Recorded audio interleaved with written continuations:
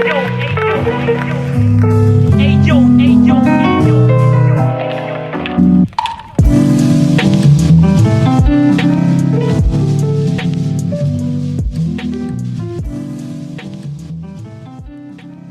project is a no-profit foundation about visual art and photography. If you want to help us, just drop a donation on buymeacoffee.com/BerlinExplorer. So, welcome to 50 Minutes of Experience, and today I'm with Anna Morris from... I'm from Romania, but I live in UK. So, welcome, Anna. Thank you. So, where do you live in UK? It's near London, like 45 minutes up north. It's called Northampton. Ah, I know this city. I know also a person is living there. Right. So it's interesting that. So as you know, I want to start to talk about your vision, your experience. But before of that, I want to ask you to introduce a bit of yourself. Then we can know better some other details I don't know yet. Yeah. So yeah, I'm a photographer. I think my first experience with photography was when I was about 5 years old. My dad is a photographer as well, so I grew up with him, just around him really. And I think I remember my first memory with photography is me playing with the photographic paper. I used to draw on the photographic paper. And I wasn't allowed to use any of the films, so I knew certain things I wasn't allowed to touch. But yeah, and I think nowadays I just take pictures of anything and everything. So you are basically a photographer also in the job? Yes, I do this as a job as well. Okay, yeah, cool. So, and you work there in UK. So how is to work? I mean, you started to doing the photography in UK. I don't think you was already in Romania. So, well, professionally, I started a couple of years ago when I started like posting and doing packages for basically being paid to take pictures, if you know what I mean. But yeah, I started taking pictures when I was very young in Romania, and then I moved to Dubai, and then we moved to Saudi Arabia, and we lived in Cyprus, and now we're in UK. so let's talk about this different experience. How is to shoot in different countries? Oh yeah, it's a completely different experience. I mean, taking pictures in the desert is just magnificent. The lights and everything, the scenery there is like a fairy tale, really. It's beautiful. And how is the connection with the people in different place to taking picture? This is probably the experience a bit more harder, no? I know, yes, but I have to admit, even though now I am a lifestyle photographer and I shoot lots of families and children, back in the Middle East, I wasn't really connecting with people as much. I was just taking pictures of, it was just more like landscape and architecture. Um, People in the Middle East are very welcoming, but you also have to be careful not to like be rude, or some certain things would be considered rude. Things that we Europeans don't really, we just see them as normal. But yeah, so I just in the Middle East I kept it for architecture and landscape. So your work basically is based on portrait. We can say that, no? Yes. So, and what I see from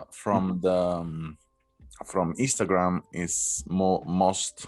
I think I don't want. I want to guess your children. I want to guess. I don't know. Yes. But yeah, and it's really nice in a way. I also I don't do it that for work, photography of children, but I would love, I have to say, because in the last year, I did a lot of picture of my child, and then yeah, it's really nice. I mean, you have a lot of fun, and you see also the world in a different way. Yes. And Yeah. yeah, it's something I would love to start to provide as my service, because it's really totally another feeling. I mean, I love a lot the behavior of child, and the behavior of adult people sometimes is really out of freedom, we can say. Yes, and one thing that obviously from experience I can say with my children, because they're 7 and 5 now, I'm just kind of obsessed with time. They just change so fast, and capturing the pictures from when they're babies and I'm looking at them now, it's just amazing how fast they change. And at least when they're going to be older, they can just look back at all of these pictures, and obviously they're lucky they have all these opportunities nowadays that Yeah, we it's, didn't have.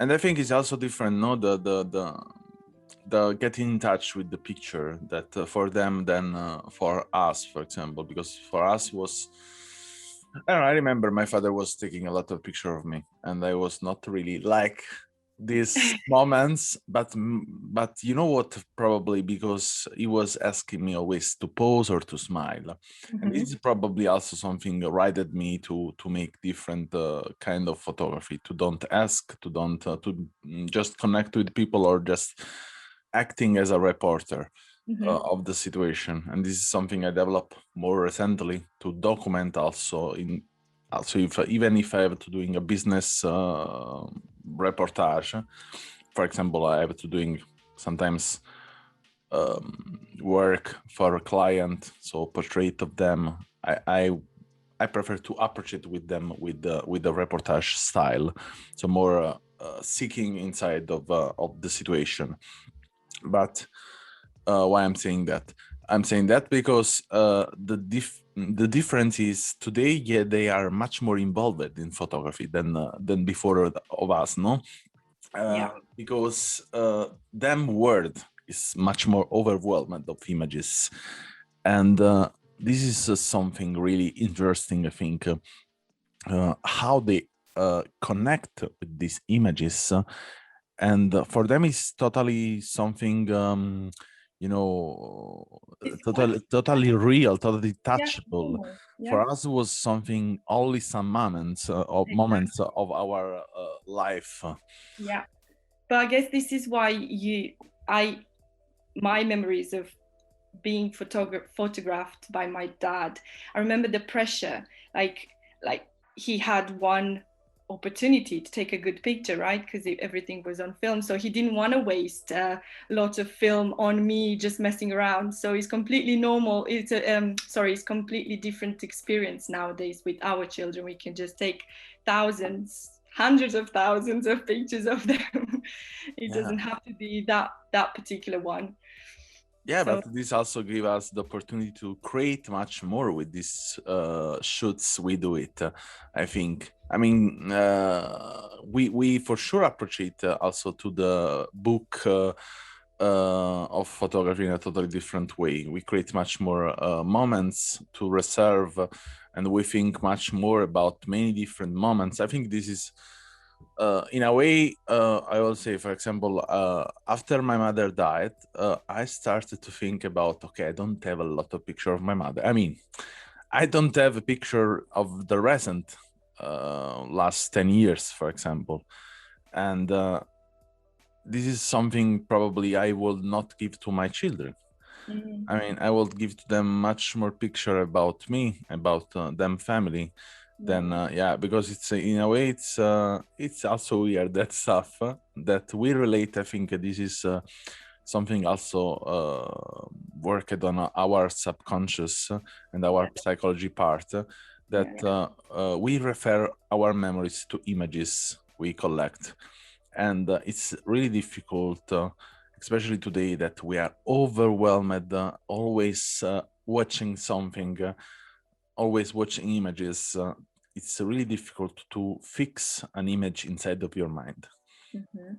And I don't know, but it's really difficult for me to remember the exactly face of someone, or if, for example, if it's my mother or other people also. I have an idea, but it's not related to the true, probably. Yeah. Yeah, of course. I mean, just now I posted a picture on Instagram and I looked at the hashtags that I used, and within 2 minutes there were another 50 pictures in on that particular hashtag. So like you said, it's just you get bombarded with pictures and pictures. Yeah. If you try to write, I don't know, the hashtag photography on Instagram, and you refresh, you cannot count the time anymore. It's like not one per second, it's one per millesimal second. It's something really crazy. It's and you have a thousand of pictures there uploaded in the same time. Yeah. And there is everything possible imaginable. And in a way, this is for me, it's a challenge, because as I selected you, I selected also other photographer. I do it like that. I just check an hashtag, I refresh, and I watch what come out for me is interesting or not. Mm-hmm. And every day is a new challenge, because you never stop to search for real. But how can you find something that is different? Because us as photographers, you always want to try and just get out of the crowd and stand out from the crowd and do better every day. But how? It's How tricky. can you can so there are some particular things that can make you come out from the crowd. Yesterday I was talking in a podcast about that. I was talking about that yes, someone told me, yeah, I wish, yeah, you will get much more follower, and I said, yeah, I wish not too many, because then it will be difficult to communicate with them. Because I think also is now, for example, we have around 3,200 follower, and every day I work with all of these people who follow the page. So I contact every one of these people. Wow.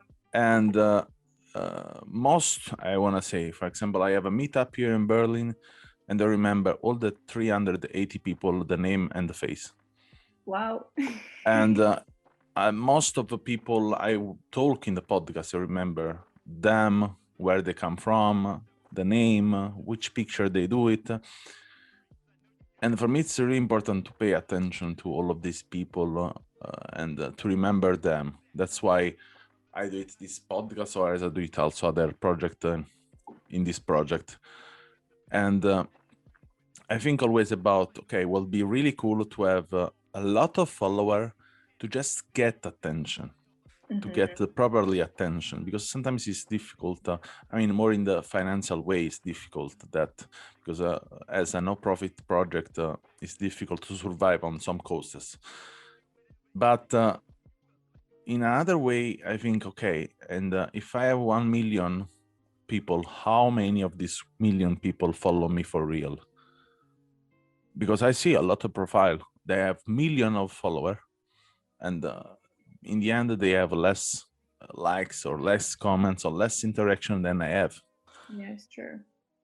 And so then I think, okay, it's better to don't have this big amount of follower, but to have, for example, at least 10,000, 20,000 maximum to talk with and to really doing collaborative stuff. Yeah. And I think it's really easy when you have, for example, even if you have just 50 people talk about you every day, will be, wow, amazing. I think imagine 50 people talk about you every day, but every day. And this Yeah. will be totally an effective difference. So it's, I think it's not important anymore. I mean, a lot of people pay attention of how much in quantity they get, but I think it's always important to see the quality of what you get and how the people interact with you or with us in general. So how to stand up from the crowd. To stand up from the crowd, I think we have to pay attention to the crowd and to see how the crowd work, what is around us, how we stand up from there. And yeah, if we need to scream, we scream. If we need to, if our screaming is not enough loud in this crowd, probably is not the way to communicate. And probably we have to analyze in which way these people react to us. And so what we have to say, what we have to do, or how we have to dress, or yeah, even stopping every person walking the street behind us. So there are many ways, but yeah, I think in your case, for example, I really like your picture of children. For me, it's so amazing, and I think it's not something common because there are a lot of photographers of children, but it's always the way they get in touch with children that make them picture talking in a way different. And I think this is what make different your picture, is the way you get in touch with the children. Yeah. And even if you was doing picture a bit more shitty, probably was not the best part. The best part is not to produce an images of quality, but the best part is to produce a sense of meaning with the interaction you have with subject when you work with subject. Because I know a lot of people doing a really amazing picture, but they don't know how to talk with people they have in front. And what remain in the end? A picture of someone with a beautiful image of you, but had no experience, no interaction, no anything. I think it depends really. I mean, when it comes to my children, obviously, is completely different situation because they know it's me behind the camera, so so they don't have to pretend there's someone else, or it's just them who they are. But obviously, working with other people's children, being a mom helped me to kind of connect in a completely different way now. If I would have taken the same pictures of children 10 years ago before I became a mom, it would have been a completely different story. So this is what make the change, what make you stand up from the crowd is your experience. And so only our experience can give us some answer. Yeah. Or the right question sometimes. Oh, definitely.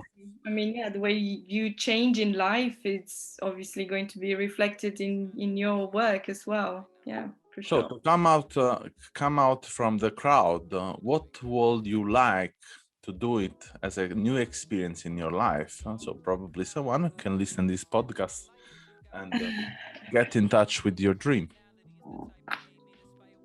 Are you asking me now? Yeah, right now I'm asking to you. I mean, if there is not another Anna behind you, yeah, I'm talking with you.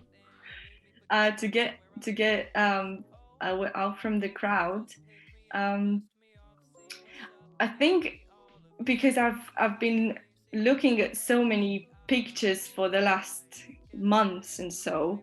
I'm kind of changing. Like the last picture that I took was of my friend with the black hat, and I wanted to make it a bit more enigmatic looking, and I feel like that is one of the pictures that one of probably my best pictures that I've taken so far. So I would like to continue trying doing stuff like that, more like a fashiony kind of way. Can I give you an advice? Yes. Stop to watching the picture of others. Create picture of your life. Well, because I think the best picture you do it are the picture of daily life and not the picture you creating something. Because if you're referring to the last picture you uploaded on Instagram, I will say, and don't take it bad that, but I will say I saw probably million of picture are the same, because it's an image is repetitive. Yeah. But what is not repetitive is something only you can refer. So in this case, as we say, the children, your children, but not only. Also, even documenting your daily life with your friends or else. So real moments. I think they talk much more than creating an idea we have in our mind, that probably this idea is structured from something we watch outside and we don't watch inside. Yeah, I see what you mean. Yeah. And I I think take this the is creative criticism. just keep on the realities of every day, shoot as much as you can of every day, and try to just tell your story. And for sure you will come out from the crowd, because your story is unique, and you are not wearing a suit like everyone to be just someone going to doing your business, but someone is putting a real feeling inside. And this, I think it's I would ask to other curator and other editor what they think about. And I think for some of them, I talk with all of us searching for that, searching for realities, for real words of other people.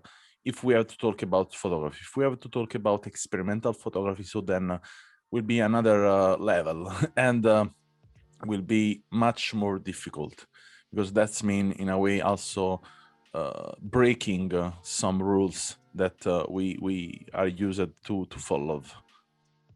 Yeah. And even sometimes breaking also the cameras. Oh gosh, I hope not. I mean, you know, there was a really famous photographer I met, and he told me he started to enjoy photography when the camera was broken, and because images was totally different from the structure he was always working on, and he started to see the beautiful part when the beauty started to have another concept. Oh wow. Yeah. Could be like that as well, I guess. Yeah. I mean, try. I mean, it's everything in a way easier if we just don't think and we do it. Yeah. Sometimes it's not. If I think about, it's about my photography, and the thinking way go to the logic and say, okay, man, there are a lot of people doing picture much better than you. So what I think about is probably make better my work than others, not better, but different, is that things, there is me behind the camera and there is not someone else. And then, yeah, what I do it here with the photographer, I do it also with the subject I shoot with. I try just to meet them, understand them, and if picture are good, if the picture are not good, I mean, you can do it to someone else if they are not good enough. Oh gosh, yeah. But when you were referring at the picture with the children, was that the one with the shadows? I mean, almost all of them, I think they are so cool. There is a lot of different moment, a lot of different picture. I watched also the picture on your Facebook, and I think they talk clearly about what is your real world and not what you want to construct, because you let them to be free and to be themselves, and let to be free yourself and yourself. That sounds so good. Yes, thank you.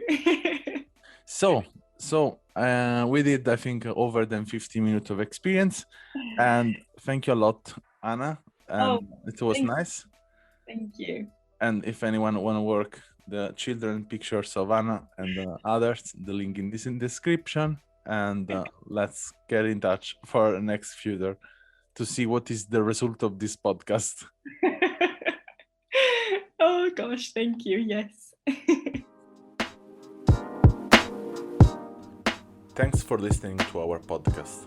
Learn more about our project at allmylinks.com/BerlinExplorer, or visit our Instagram and follow BerlinExplorer project.